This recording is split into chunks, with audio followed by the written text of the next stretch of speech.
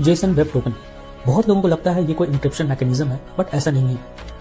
It is the stateless authentication mechanism, right, which is used to transmit the user's identity securely between the client and server. So this is how a JSON web token looks like. It has three parts. First one is header, second one is payload, and third one is the signature. Now अभी थोड़ा deep dive में जाते हैं और समझते हैं कि इन सब पार्ट्स में कौन सी इंफॉर्मेशन होती है, right. You see this token clearly. This part represents header, this part represent payloads, and this part represent signature. ये इंक्रिप्टेड नहीं है, this all are base 64 encoded, okay, जिसको वापस डिकोड किया जा सकता है। अभी थोड़ा डीप डाइव में जाते हैं और समझते हैं कि हेडर में क्या होता है।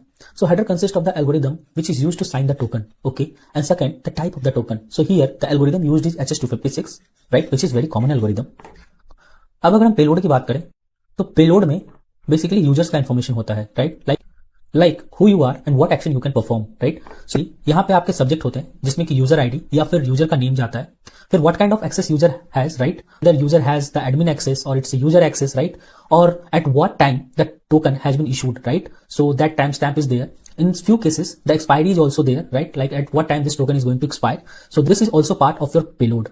And the last part is signature, which ensures the authenticity of the token, right, which means that the token is not tampered and generated from a trusted server, okay. मतलब इसका मतलब ये है कि ऐसा तो नहीं तुम्हारा टोकन टैम्पर्ड है। अब रियल वर्ल्ड एप्लीकेशंस में क्या होता है वो समझते हैं।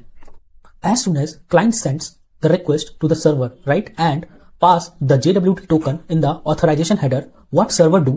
Server extracts the header and payload, right, from the JWT token, and it regenerates the signature with the help of secret key. Once signature is generated, what server do? Server compare the generated signature with the signature present in the token, right? And if both signature are same, which means that the token is generated, right, or from the trusted server. So in that case, it checks for some other things as well, right?